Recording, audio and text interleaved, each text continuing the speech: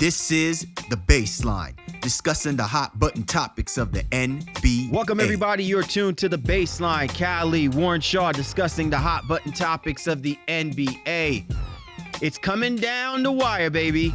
We almost have the finals set. Big things happening, but the NBA don't sleep just because the two most dominant teams might face each other off one more time in the rubber match for precedent, dominance, however you want to call it, to be the top reigning franchise organization over the last 3 years. And I think a lot of people are excited about it. There's a lot of momentum that's being carried. But in the meantime, NBA teams are trying to put their rosters together, put the personnel together, put together an organization that might be able to match wits with either the Warriors or the Cavaliers. So a lot of things happening, a lot of stuff going on, man. It's a great, great time as we start rounding out the end of the 2016-2017 NBA season. But let's go ahead and get right into it. I'm rolling out the red carpet to my right-hand man, 50 grand, NBA aficionado, my man who runs www.shawsports.net, Big Kahuna PNC, my brother from another mother, Mr. Warren Shaw, repping out of Fort Lauderdale, Florida. Holla back at me, Mr. Shaw. Word has it, man, that you are traveling borders like my man Anthony Bourdain. I don't know about all that, man. You know, I like to get out here a little bit and do my thing and see the sun and head back to the islands and things. So, yeah, definitely we'll be taking a trip to Jamaica in a couple of days. With Cool the fam runnings, man. Cool runnings. Yeah, a little something like that. You know, those who follow us closely on the baseline know that we're both of Jamaican heritage. So, you know, we have to go back to the roots and culture thing. But nevertheless, salute to all the fans listening to NBA Baseline, a great show on tap as well, as always, really, I should say. And the fact that we're going to be bidding adieu to one of the best teams, best organizations in the NBA. They got rocked out, but you know what I mean? They're still one of the best out there, but some interesting questions that we'll be delving into as you bring up the topic, my man. Yeah, definitely, man. And speaking of cool runnings, right? The San Antonio Spurs, an impressive run once again. While we are always in the conversation of talking about just how good the Golden State Warriors are, we still tend to disrespect sometimes what the San Antonio Spurs have done over the last 20 years. Greg Popovich, R.C. Buford, these guys continually put out a championship winning program. And despite what happened to their star player, Kawhi Leonard, they still found their way in the conference finals. Unfortunately, they've fallen short. The Golden State Warriors have gone ahead and moved them aside. And listen, we got to break it down. And while it's a little unfortunate for myself and Shaw for us to execute our go on and get portion of the show, we got to do it, right? We cannot discriminate despite the dominance that we normally see from the San Antonio Spurs. So we'll definitely get into that in our segment of the breakdown. And then also in our segment of the drop, we'll talk about some moves that are taking place, kind of quiet, low on the radar, but could have short and long-term ramifications in how the Eastern Conference may possibly be structured. A couple of moves in the organizations that you may like, may not dislike. We'll talk about that a little bit. And then, of course, I covered it coast to coast where we go over the news that's happening in the associations. Like I said, basketball don't sleep, right? And all these teams like to creep. So we appreciate you and yours tuning into the Baseline NBA podcast. Be sure to get at my man Shaw at Shaw Sports NBA. Get at me at GameFace Lee. The show's Twitter handle at NBA Baseline. Hashtag us up. Let us know who you are and what you're about. Available on iTunes, Stitcher Radio, Microsoft TuneIn, Player FM, iHeartRadio. Also available on Google Music and the Roku channel. So download any one of these platforms. Allow us to be your go-to resource discussing all things in the association. You know how we do, and you know how we roll. It's time now for the breakdown. Time to break it down to the bone gristle. Time now for the breakdown. Cali, Warren Shaw of the Baseline NBA podcast. And our subject of the breakdown will be involving the San Antonio Spurs. And while it pains my heart at times, and maybe to even Michelle Beadle's expense, because I don't take kindly to disappointing my girl Michelle Beadle, right? You know what I'm saying? Like, my girl loves doing her thing. She's a diehard Spurs. You know what I mean? I feel really, really bad about this, but it has to be done. Does she know that she's your girl? I mean, what's going on here? Did I miss the memo? Why we ain't get on some Spurs tickets? Why we ain't been on ESPN if that's your girl? Listen, man, it's Alamo Confessions. What can I tell you? It's Alamo Confessions, okay? All right. I will be to let him know. Game Face Lee, got a little something. So hey, maybe we can spark this going, like how Drake did with Doris Burke. Exactly. Get something. Well, unlike Drake, I'm not jinxing your team. Okay. Exactly. I let it be known that I thought it was going to be tough sledding for the San Antonio Spurs to beat the Golden State Warriors in the best-of-7 series. Now, of course, we're not going to sit here and make it sound like the San Antonio Spurs didn't have a chance. I mean, after all, the San Antonio Spurs did take out the Golden State Warriors 2 out of the 3 games in the regular season, right? So to me, I find it where it all comes down to, what are each of these teams doing going into their playoff runs? And clearly you saw the San Antonio Spurs were about as good as they could possibly be with the personnel that they have. And it was just going to come down to, could the Golden State Warriors play even better than how they showed themselves out to be, given what happened during the second half of the season? And quite frankly, they did. I mean, I think on a regular season, they won on 11 straight. And then going into the Western Conference Finals, they knocked off their 2 teams, in eight games. Okay. The San Antonio Spurs, we said that they were going to have a tough climb of it, taking on the Memphis Grizzlies, taking on the Houston Rockets. And I applaud the fact that they leaned on their man, Kawhi Leonard, because this team was supposed to be built on Kawhi and LaMarcus Aldridge. And while we saw flashes of it, we didn't see the complete package. And yes, Kawhi Leonard goes down. The Golden State Warriors smell blood in the water, and they wasted no time pouncing the San Antonio Spurs and doing what the Spurs have not felt in like well over 8 years, getting swept 4 straight by any particular ball club. So, I mean, what more can be said, Shaw? I mean, the San Antonio Spurs showed a valiant effort in competing, even at the expense of not having their roster fully healthy. Unfortunately for them, they just ran into a buzzsaw, and without Kawhi, it was just too much for them to overcome.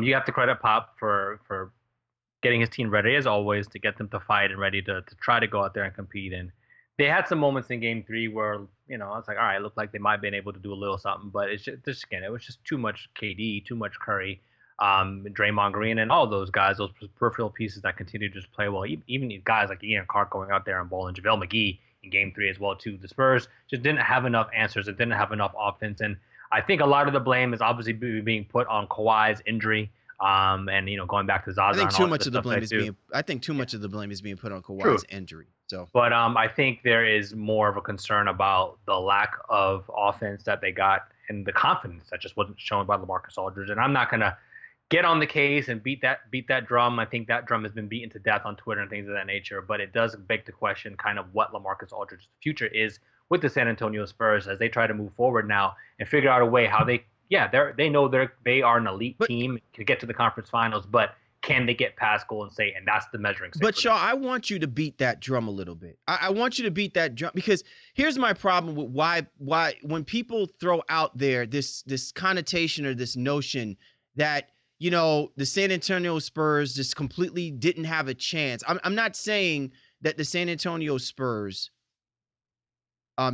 would be able to run with the Golden State Warriors, who clearly show that they're fully healthy, okay? But I feel like you do a disservice when you solely put it on the idea that because Kawhi Leonard is not playing throughout the course of the series, that it does a disservice to the system and what Greg Popovich has basically built, right? Like, it's the team basketball concept. It's just that the Golden State Warriors are basically taking that and they put it on steroids, okay? And the idea is that he was supposed to have other guys filling roles.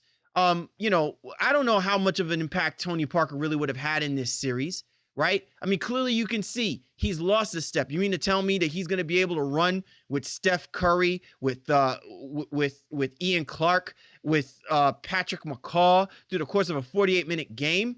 at some particular point, Greg Popovich knew that he was going to have to lean on players that I know and he knew were not ready for the task. And yes, definitely hampered the ability of their chances to possibly push this to 7 to even win this thing.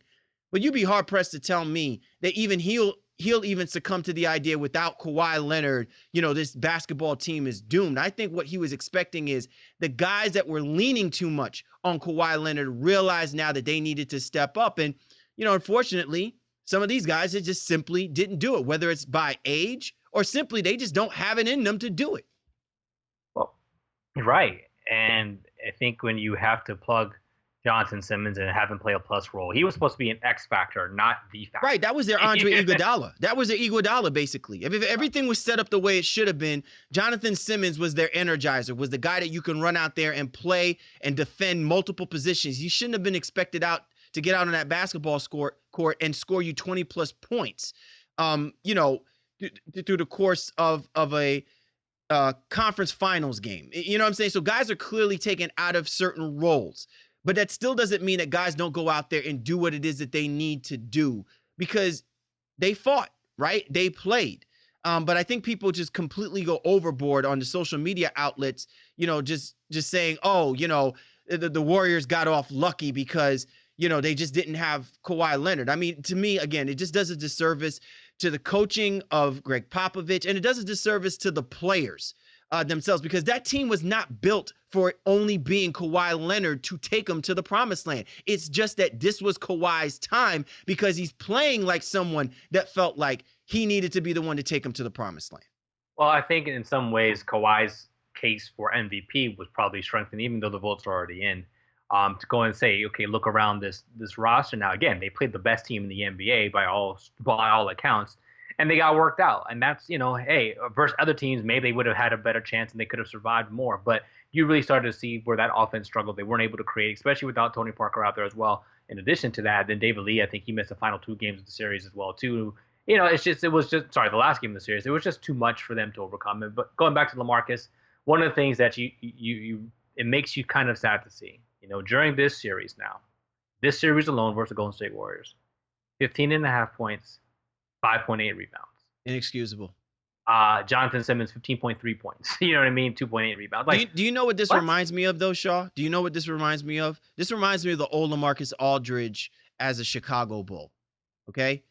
This isn't – I think that to me is where I parse ways with people and their divisiveness for LaMarcus Aldridge. I thought that when he went to Portland, I thought that maybe he turned the corner on his own. I think that it proved more than ever that unless he has a point guard that really acquiesced to his skill set, maybe similar to a Damian Lillard, I guess, or something like that, he doesn't know how to flip that switch on his own, man. He really doesn't. And listen, we've seen power forwards play like that.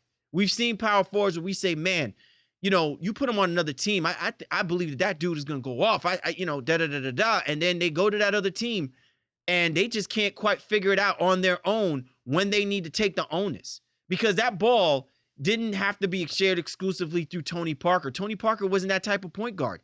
I don't even think he wanted to be the guy that scores 25, 26 points per night. I think he really wanted to see this combination of LaMarcus Aldridge and Kawhi Leonard, peak to fruition. But this was on LaMarcus. And I just, every time I see those numbers that you just spouted out, bro, I think of what he was doing as a Chicago Bull. Because how many times did we see the Chicago Bulls just continue to hold on to LaMarcus, praying that this guy would turn it around? And he never did.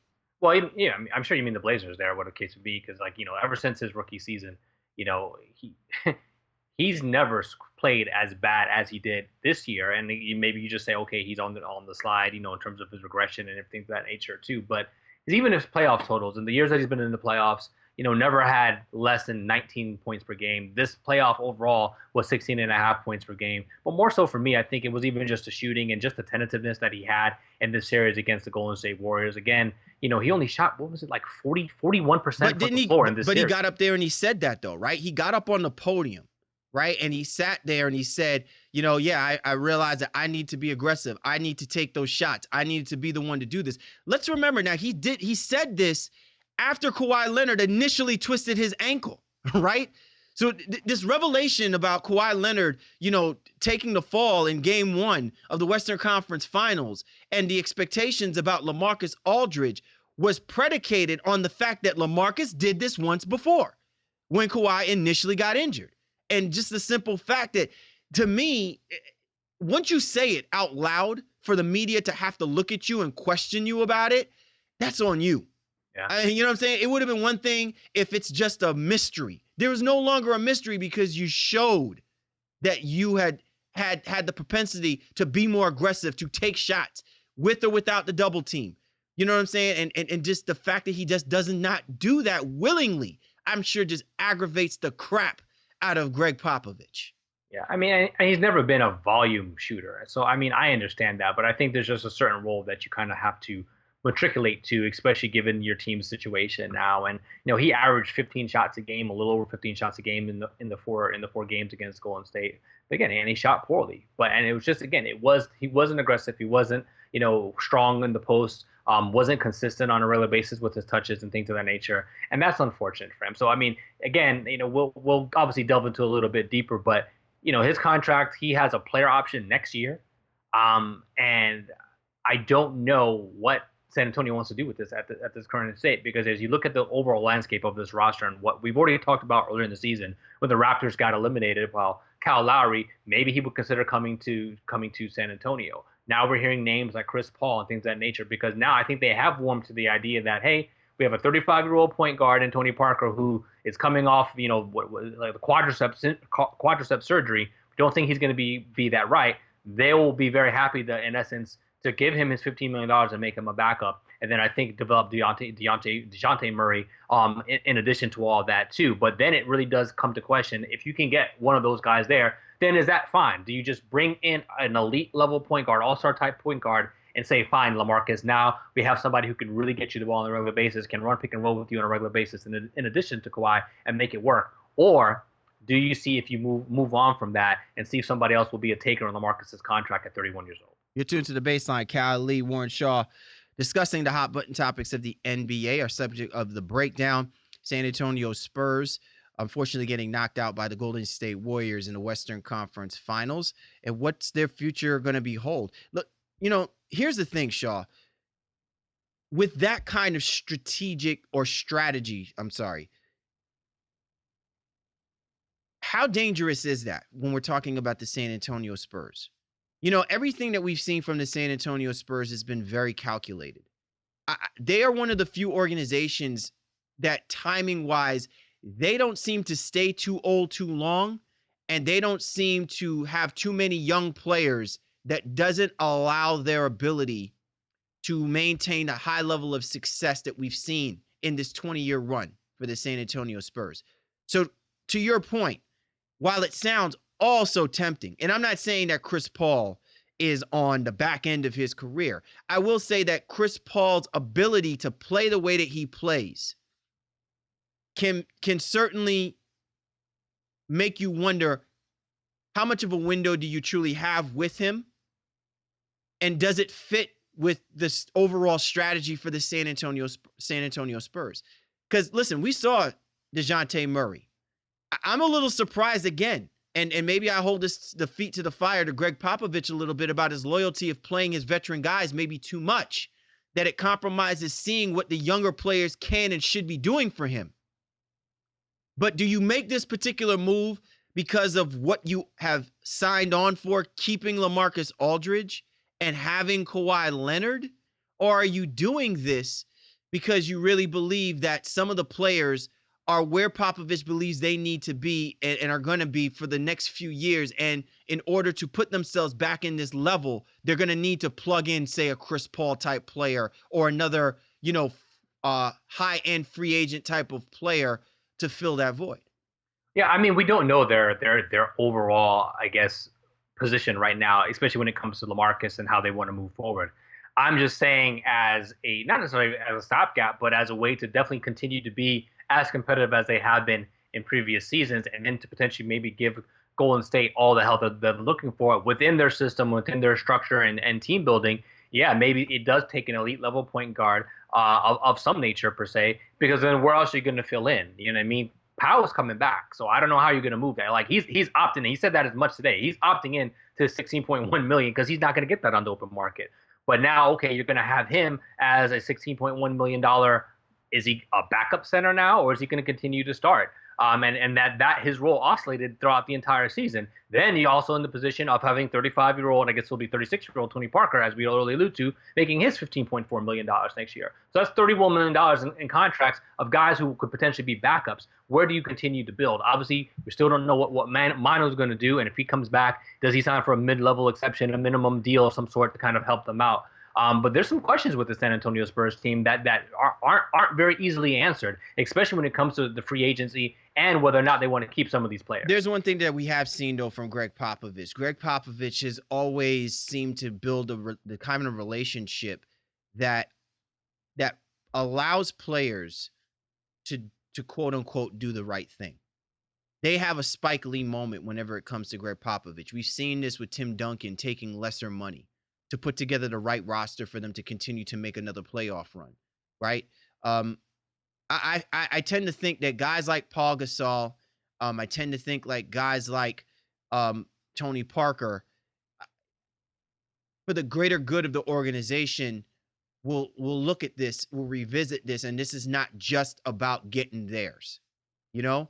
I understand, but I think at the same time too, the climate of the NBA is such that, Shaw, how good is it?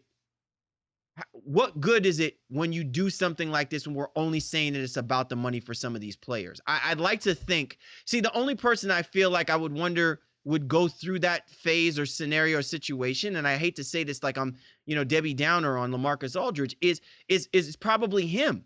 You know what I mean? Unless you're a young guy, some of these guys like Paul Gasol, Tony Parker, Manu Ginobili, I really think that they just love playing for Greg Popovich, and they love being a part of the organization. And the last thing that they want to see is an organization suffer at the hands of a few $1 million that these guys have already accumulated and compiled through the course of the year. I understand it's a contract thing, and it's for the players, this is the last big deal that they'll ever get, or whatever the case may be. But I think on the back end of their career, some of them I do think about the fact that they're actually playing for an organization that's actually looking out for them. If nothing, sustaining their ability to keep playing the game long enough for them to make the best choice, whether it be for themselves or for the organization. And some of them I just think understand that, and they understand the fine line when they make that type of decision. I'm not disagreeing. I just don't think they have many of those players that are in question for this summer. So right. Patty Mills should have left. He got hurt and then had to come back.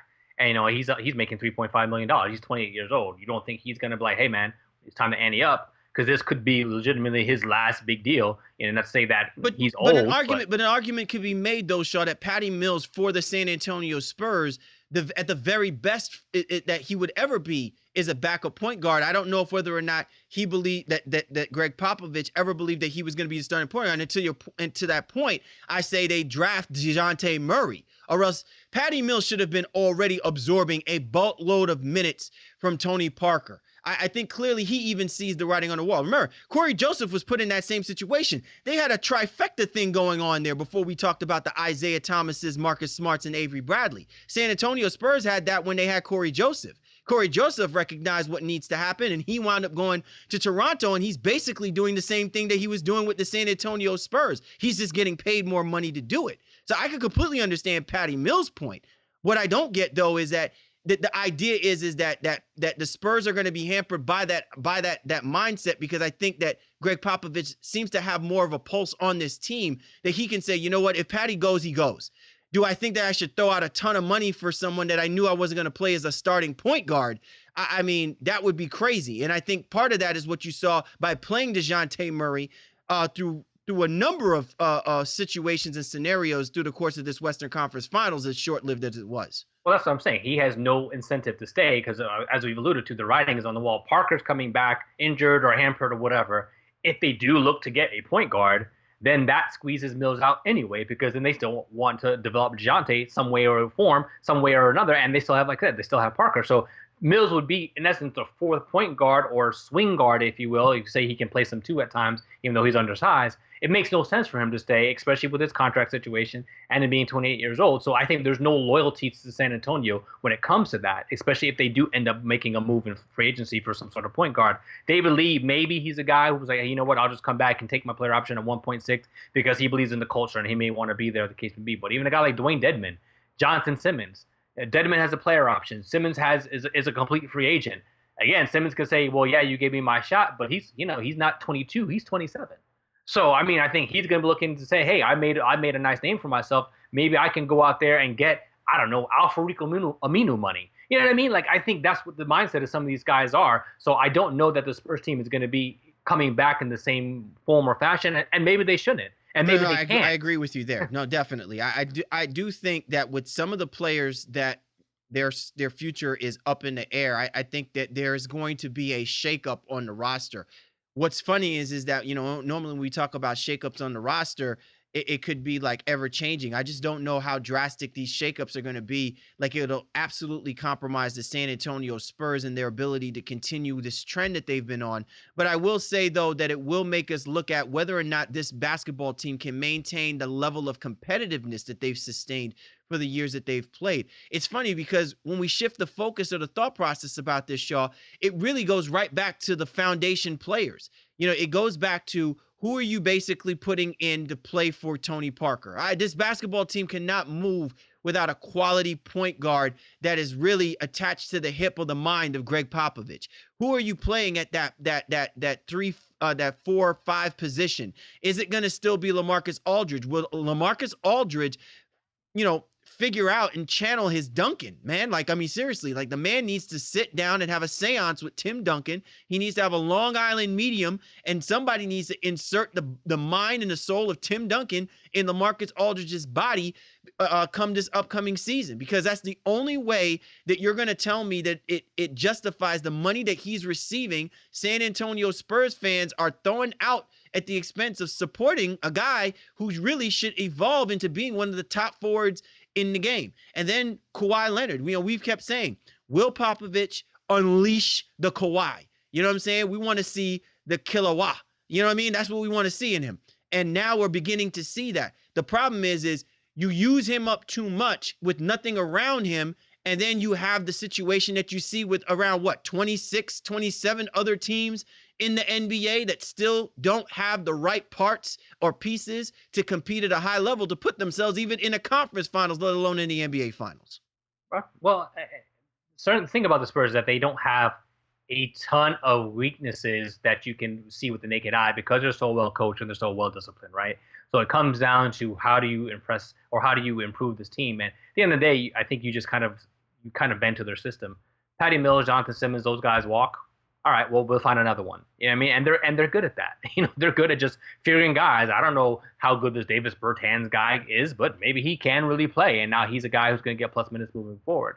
But you just kind of wonder, with them maybe aging out a little bit, how much of what pieces do they what pieces do they find to really fit the system to continue to get them at this level and above this level? Because for them, it's not about, okay, we're good to make to the Western Conference Finals. It's about, can we beat Golden State? And I don't know that there's an answer out there for them immediately in the very near future. And then you kind of have to wonder, okay, well then, is this the last iteration of this team being as good as we've seen? Yeah, they'll win 50 games or whatever the case may be, but conference finals and potentially being an NBA contender, is this the end? Because there's some changes that have to be made, and we just don't know how they're going to make them at this stage and point. All right, well, listen, the San Antonio Spurs mess around and get themselves 61 wins with this, motley crew-like structure roster. There is the method to the madness, and really the method is Greg Popovich, and the madness is how, R.C. Buford continues to see that this basketball team is always at the top of the list, not just in their conference, but ultimately in the NBA. I would hate to see this trend end anytime soon. They have always been the roster that has gone against the grain so far, through the length of my generation, our generation, Shaw. And hopefully they will figure something out. There's a lot of things that still have to be decided upon, but one thing is definitely for certain. You cannot excuse the San Antonio Spurs effort, their heart, their hustle. It led them to this point in the Western Conference Finals.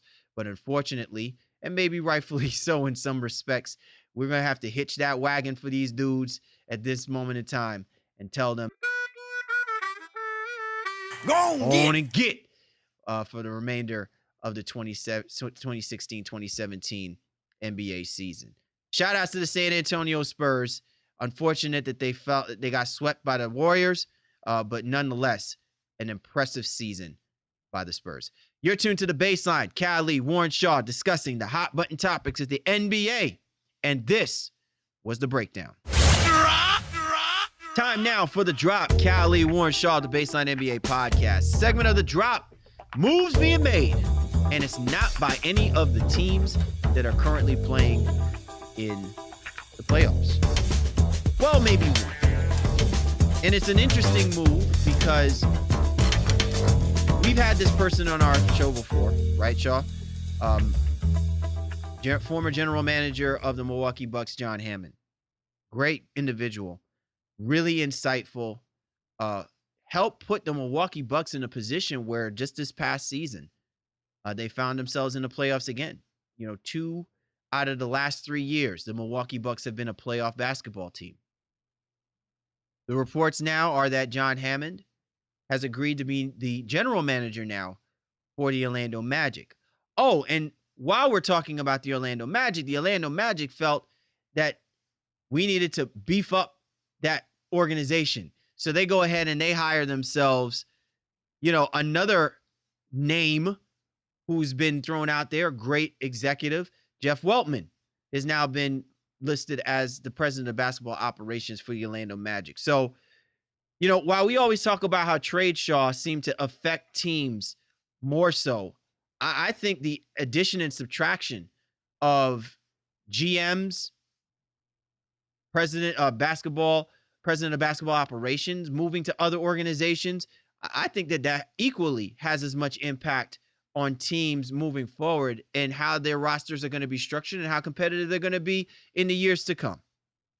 Without a doubt, that definitely is, a point well taken. And I think more importantly for general manager Hammond here is, you talked about it kind of off air, that this is the one time where a lateral is even a negative. Like, he's going to a much worse team than he's leaving. Milwaukee was right on the come up. Obviously, they had a couple good seasons and they had that down year. And then he's kind of brought them back to a certain level of prominence. And, talking about them on the cusp of maybe being able to chase the Cavs out of the Eastern Conference at some point. And he says, you know what? Hey, the Magic asked for permission. And I don't know, again, what the contract situation is and how much more money it is or whatever. But in terms of not having more overall say in the decision-making process than he did in Milwaukee, I think it's a little weird. But he must like to be one of those guys like a fixer-upper. He should have his own show on HGTV or whatever it is, and just go out here and try to fix this Magic team because they need fixing. This is a terribly built roster by Rob Hennigan, and Hammond is coming here now to fix these things and try to figure it out. And he's willing to take risk and long shots in the draft, so they have a high draft pick in this upcoming draft in June here. I wouldn't be surprised to see him reach or be surprised to see him traded. Hammond is a guy who's willing to make moves. And I think this Orlando Magic roster needed this kind of influx and new lifeblood. And again, he's an older guy on top of it too. So you don't think he's one of these new school GMs. He's an older gentleman, but he's been doing it a long time, really has a good grasp of what's going on in the basketball landscape. So I'm interested to see how he goes in there and gets to work. Well, one of the things that I found interesting, Shaw, is the fact that Hammond had also,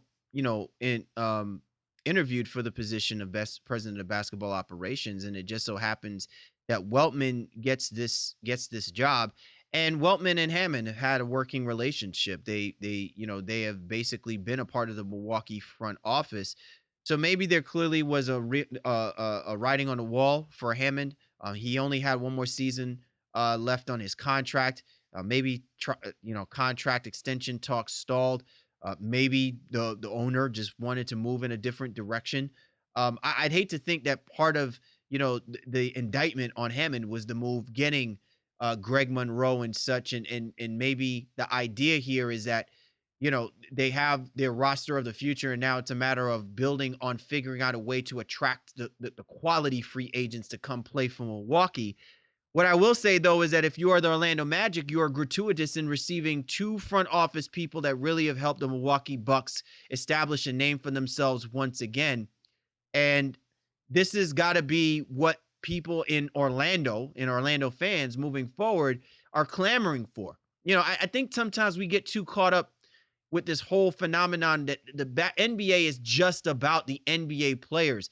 It is also about the teams and the organizations. And the way that organizations show themselves is when they go out and they make moves, whether it be a trade, whether it be through the draft, whether it be through free agency. You have got to make moves. And I'm willing to, if we go back and look at the Orlando Magic and moves that they have made, I mean, quiet as a damn mouse, okay? And the Orlando Magic are like the Orlando rodents in the NBA because nothing that they've done has equated to making significant noise. You know what I mean? It's nothing. It's always been more predicated on, if I draft this player makes noise because it was a risk draft, but not necessarily saying that they've established themselves making some kind of play to pull a player in that's really going to wake up people, fans, and being enthusiastic about the Orlando Magic and what they're trying to do moving forward. And we always said that they have an identity crisis. So you're saying, basically trading Victor Oladipo for Terrence Ross and a pick wasn't the move. You know what I mean? Like, because that's what ended up happening. After they moved Oladipo and got Serge Ibaka back, then they flipped Ibaka to Toronto. I mean, that's kind of what they're left with, for their troubles in terms of their major moves over the last couple seasons. And it is sad. It is a little bit of a disgrace. And even how they run the team and, trying to force Aaron Gordon. I hope that question was sarcastic, though, Shaw. I mean, I really do hope that. You know what I'm saying? I hope, because you didn't have me like shimmying on my desk as we're sitting here talking right now, saying, "Oh, I know he wasn't trying. He was trying to juke me on that one." All right. I mean, hey, you don't think that was a sexy move? I mean, whatever. But no, it was definitely screaming 50 Shades of Grey, but it definitely wasn't telling me. It wasn't putting me. You know what I'm saying, in my Speedos at the end of the night, bro. No. So I guess definitely the movie version. Exactly. No Fabio pose on this one, bro. Sorry. But it's sad though. It really is, because I think Orlando is I want to say they're a proud organization. They have some decent, I think, management in terms of their character. You know what I mean? The president and guys like that nature. Like I said, they're good people, but they just haven't been able to get this organization to a level of prominence since, Van Gundy and Dwight Howard and all those guys left and, took their business elsewhere, and they fired those guys and just went in a different direction. It's unfortunate. And Hammond is a guy who I think can definitely make things happen. This team has some cap room, only $85 million in committed salary next year. That can get them a top-level free agent, or at least some nice pieces kind of hold them over. You just don't know what direction they want to go. There was a lot of pressure put on this team to make the playoffs this last season, and it just didn't happen under new coach Frank Vogel. But now you just wonder, okay, what is the true direction? Is that mantra, is that command still kind of in place? Okay, you make the playoffs. We just want to be in the playoffs, 7-8 seed. We don't care. We just want to be in. Or do you really try to do this thing the right way? And I think Hammond, he's going to do it that way. But again, you just never know what the owner's mindset is going to be, because if it didn't work the way you were doing it previously and under Hennigan, and you say he can make some mistakes, you just don't want to go there and double down on those same mistakes. You have to build your team in the right form and fashion and bring in the right pieces that Frank Vogel can actually coach. Yeah, well, and look, I'm not saying that the Orlando Magic need to be risk takers. All right. They do not have to be the ones that are completely skydiving off the cliff and doing some hair-raising, moves. But they're going to have to do something. They're going to have to do something to kind of wake up the Orlando community, because right now it's dormant. The Orlando Magic community is very dormant. There is nothing encouraging or spectacular. And even when that trade was made, Shaw, I mean, again, bringing Serge Ibaka there, well, I mean, it wasn't like people were jumping up and down, you know what I mean, ready to post, ready to, change the billboard sign, for Orlando Magic fans with the face of Serge Ibaka and, Evan Fournier and, Elfrid Payton, or Aaron Gordon. I just feel like they need to start doing a better job. And maybe this is where guys like Weltman and Hammond are certainly going to come in. They have to do a better job of getting the community involved in backing the players that they have. Because look, they've got some quality players and they're young players. So they're going to need to start feeling the idea that they belong and that they go out there and they're competing, not just for the number that's on their jersey, but also competing for the people that are coming to the, coming to the arena. And at some point, that is also predicated by how the roster is laid out, how they're being marketed, how their brand is being pushed. And maybe guys like Hammond and Weltman can reassert that, even despite this being a small market team, Shaw. They are playing in a division where, while we're praising the Washington Wizards, right, all of these other teams have shown a level of some improvement, except for the Orlando Magic. You've got a quality head coach. There's no excuse for this Magic team to play better and to be able to compete, regardless of whether or not they do or do not win that division. But the gap between them and those other guys is they've got ready-made, John Wall, Bradley Beal, and we're putting them up there as, upper tier type players. Then you look at the rest of the rosters, it's all about that team. The Heat, the maybe the Hornets with Kemba Walker until they start figuring out what they're going to do with that roster. The Atlanta Hawks now, probably the emergence of Dennis Schroeder. I mean, look, the Magic have got players that they can certainly assert a name in a very quiet division and can be able to make noise and bring excitement back for that Southeastern fan base that want to see competitive basketball through the course of the regular season come next year. And it's always interesting when management comes in and takes over, and they've inherited a team and try to figure out what they want to do about it. Because we don't know what these new guys think about the current roster situation. We have no idea, where you heard Vucevic's name constantly in trade rumors. They may say, "Hey, Vuce, you're a building block, so we don't want you to go anywhere." And then now a guy like Bismack Biyombo, who just got there, he becomes a guy that's on the block, or Evan Fournier becomes a guy that's on the block. You just have no idea right now. So there's going to be an evaluation period. I think we'll get a little bit of insight, obviously through trade rumors and things of that nature, but definitely with who they draft. You know what I mean? Because if they go, like, let's say they go the point guard route, then you might feel like Elfrid Payton has no chance of continuing to be with this roster. Payton and Gordon, those are two guys who are going to be due for extensions, I guess, as early as October going into. So after their contract expires after next season, then, if they make moves on those dudes, what happens? Mario Hezonja.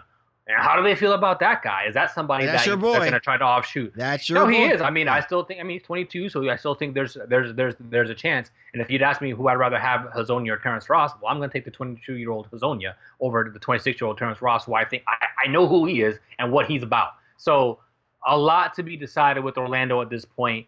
And I can't wait to see what moves are going to be made, because I think with them making such a splashy move in terms of the front office, this sets them up nicely to be major players. I think this summer, like major players going in where all kinds of names could be available to them as they try to get free agents. And it's hard for me to see a major free agent going to that destination, but I think they're going to try to trade for some pieces with some of the assets, or quote unquote assets, that they have in place on the roster. Real quick, Shaw, what do you think so far as the possible relationship with Frank Vogel and Hammond and Weltman? Do you think that is a good combination? Or do you think that now there is a clock on Frank Vogel? It's so interesting to me, Shaw. Like, Frank Vogel really is a quality head coach. And I always feel like he seems to be in these situations where you just can't tell whether or not anybody is absolutely enamored with him. And he somehow, is the type of guy that defies the odds a little bit. And he winds up wearing his welcome out a lot longer than I think people anticipate or expect. Now, the Magic is not an organization that is, again, they don't know what it's like to have anything really flashy, right? I mean, the last time that you can kind of go back to that was Van Gundy, Before that, I forget his name, last name Hill. Brian Hill. Brian Hill, right? That's just kind of not been the Magic. And, Vogel is he's kind of like an under the radar kind of dude. But he always seems to be in these situations where he feels like or seems like he's the odd man out, just simply because however he envisions the team and the roster that he coaches doesn't seem to jive with the direction that the organization wants to take moving forward. Yeah, I mean, I think right now, it's speculative at best. We just don't know. I don't. You would at least think, in essence, that two guys of that nature and ilk aren't coming there to deal with a coach that they don't like or that they don't want to place, or he plays a style that doesn't fit what you may think that you want to do. So I think Vogel has at least a year to stick this out and kind of figure things out, under the new regime, if you will, and try to get some pieces in place that fits his style per se. So I don't think there's anything to worry about just yet. And to me, I think when he was let go unceremoniously by the Pacers last year, everyone was like, oh, snap, that's the dude. We need to go get him. Same thing how Jaeger and all that. Like, Vogel became the hottest kind of name out there initially.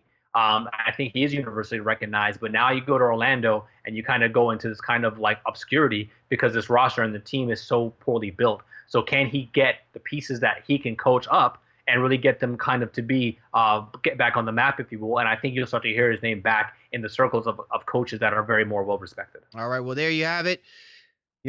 Definitely our eyes are, we need to keep open and see how these moves already for the Orlando Magic is going to better this basketball team as we enter into the NBA draft. And, some of the moves in roster shakeup that should take place in the offseason, what are we going to be looking at? Clearly, it's going to be under the new stewardship of Weltman and Hammond. That sounds like a great lawyer firm, if not a good combinational name for a basketball organization. You're tuned to The Baseline. Cali, Warren Shaw discussing the hot button topics of the NBA. And this was The Drop. Coast to coast. Time now to go coast to coast discussing the news in the association. You ready to rock and roll, Mr. Shaw? Absolutely, man. Let's ride. All right. In Miami, there is rumors about Chris Bosh and the Miami Heat trying to resolve the cap relief situation. It's not been absolutely ironclad, but there are reports that the Heat, the NBA, and the NBPA are trying to put together a one-time allocation to relinquish Chris Bosh of his obligations to the Miami Heat, thus also offering cap relief to the Heat. A win-win situation in what has definitely been a visceral situation between the two parties. It is, and I think I'm going to throw out a couple names right here. If Bosh were to try to play again, and I hope he doesn't, but if he would, I think there are a couple teams that might be willing to take the risk. I think you're looking at the team we just talked about, the Orlando Magic. I think the Dallas Mavericks, who are starved, and he's from the Texas area. And I also think the New York Knicks might also have some interest as well, too. So those three teams, I think, would be not necessarily front runners, but they would poke around for interest to see if Bosh is willing to come back and play on the court. All right, out in Atlanta, Paul Millsap choosing to opt out of the $21.4 million contract with the Atlanta Hawks. We kind of saw this coming. Will the Hawks pony up the money to try and keep him, or do we say farewell to the mill? Well, something we're going to talk a little bit about, I guess, up next is the Hawks are going to have, they've already had their change in management and ownership as well, too, at the front office side. So we don't know what their feeling is about Paul Millsap altogether, but all indications are that they will pay him his money. But nevertheless, you just never know, and he's a free agent, so he can go wherever he wants to. He could get blown away by somebody else's offer. Yeah, speaking of shakeup, the Atlanta Hawks, they are interviewing for their GM position, and the word is Chauncey Billups, Big Shot Billups, even had a run at that position. Could you have seen or imagined Chauncey Billups being that dude running things out there in the ATL? That thing caught me way off guard. I just had no idea he had any interest. It was like when they were talking about Kenny Smith a couple years ago, looking to be a general manager. Like, where does that even come from? But, Billups is a guy. He's got some strong connections out there. Obviously knows the game. And, the whole mantra in terms of being a point guard, so you kind of see the game a different way. So I think he'd be able to evaluate talent and things like that. And that can really help that team potentially. We'll see if it comes to fruition. I just think it's an interesting decision one way or the other. All right. And in New York, a couple of things happening right now. The Knicks seems to still feel enamored with the Ricky Rubio experience. And so they seem to have been re-ramping up those talks now about trying to bring the maligned point guard from out of Minnesota. Are you buying Ricky Rubio's future to be a New York Knick? I think the Knicks are desperate to make anything happen. So yeah, we heard the Rose Rubio stuff, all that conversation before. I think there's definitely some smoke and fire there. And the Timberwolves, again, they're going to try to move forward and make Chris Dunn their guy, or pretend to bring in somebody else that might be available and a little bit better than Rubio is currently. All right. Also, the Knicks seem to be interested in PJ Tucker and Dante Cunningham. Now, I know that there's money out there to be had, But again, are these the type of moves that the New York Knicks really need to be entertaining as they're moving forward towards this NBA draft? Or should all attention and focus be on the Knicks getting this draft pick right? Well, when I think semi-triangle, P.J. Tucker and Dante Cunningham are the names that scream triangle to me, right? What the hell, man? The Knicks are just continue to be a complete dumpster fire. I have no idea how those guys specifically will help them. Obviously, Tucker, I mean, he rebounds and he plays defense, and I get that. But it's just a weird fit alongside Carmelo and all the things that they're trying to do. But I guess, man, figure it out. New York, I'm tired of talking about them as much as you are for this entire regular season. Oh man, I'm almost tired of existing in the craziness, the nauseum that is of the New York Knicks, man. They were talking about how Barnum and Bailey's circus is supposed to be officially done, right?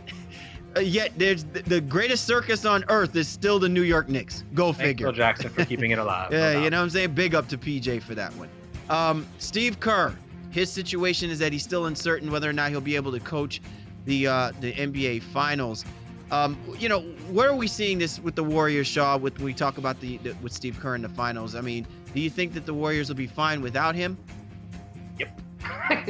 Yeah, long and short answer, absolutely. I mean, and he's still like hanging out in the locker rooms and giving them their pregame and halftime speeches, if you will. He's just not on the sidelines. He's definitely still around the team, around them at practice and things of that nature too. So I don't think the Warriors, for lack of a better phrase, they're not missing their top coach at all. Mike Brown has done obviously a phenomenal job. They're 12-0 going into the NBA Finals. So hey, what more can be said?